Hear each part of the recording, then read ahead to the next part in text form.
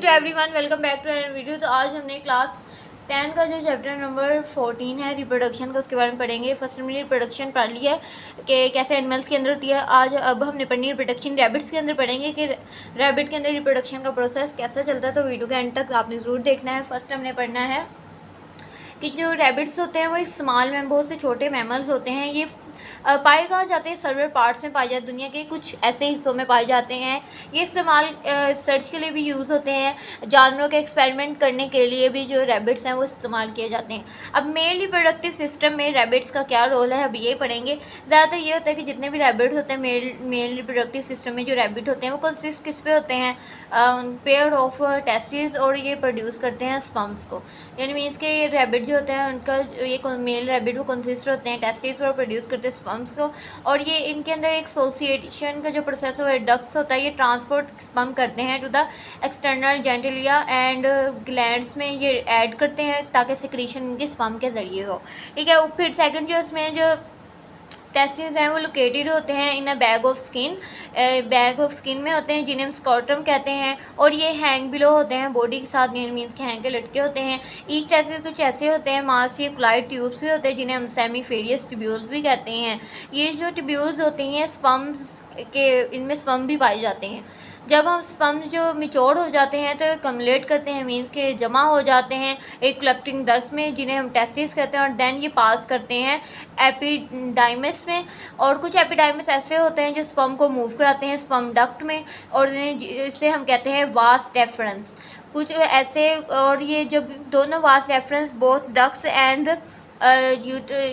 Urethra जब join करते हैं तो ये जस्ट बिलो यूरिनरी ब्लैडर बन जाते हैं, बिलो करते हैं यूरिनरी ब्लैडर में। और इसी तरह ये जो यूरेथ्रा होता है वो ट्रांसपोर्ट करता है दोनों को, स्पर्म को भी और यूरिन को भी।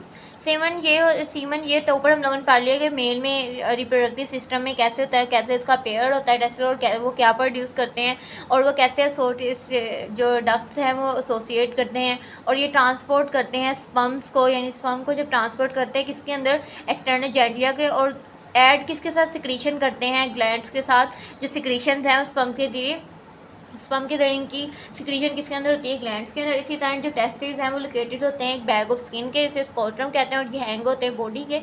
कुछ ऐसे टेस्टिस होते हैं कंसिस्ट होते हैं एक मास ऑफ क्लाइड ट्यूब्स के, जिन्हें सिम्फेरियस कहते हैं। और कुछ ट्यूब्यूल्स ऐसे होते हैं जो स्पर्म्स, जिनके अंदर स्पर्म्स पर मुश्तमिल होते हैं, स्पर्म्स पाए जाते हैं।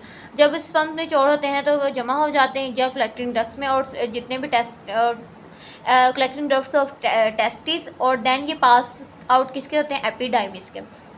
फिर उन्होंने कहा एपिडाइमिस स्पर्म्स जो स्पर्म्स हैं वो मूव करते हैं स्पर्म डक्ट्स में जिन्हें वैन डेफरेंस कहते हैं।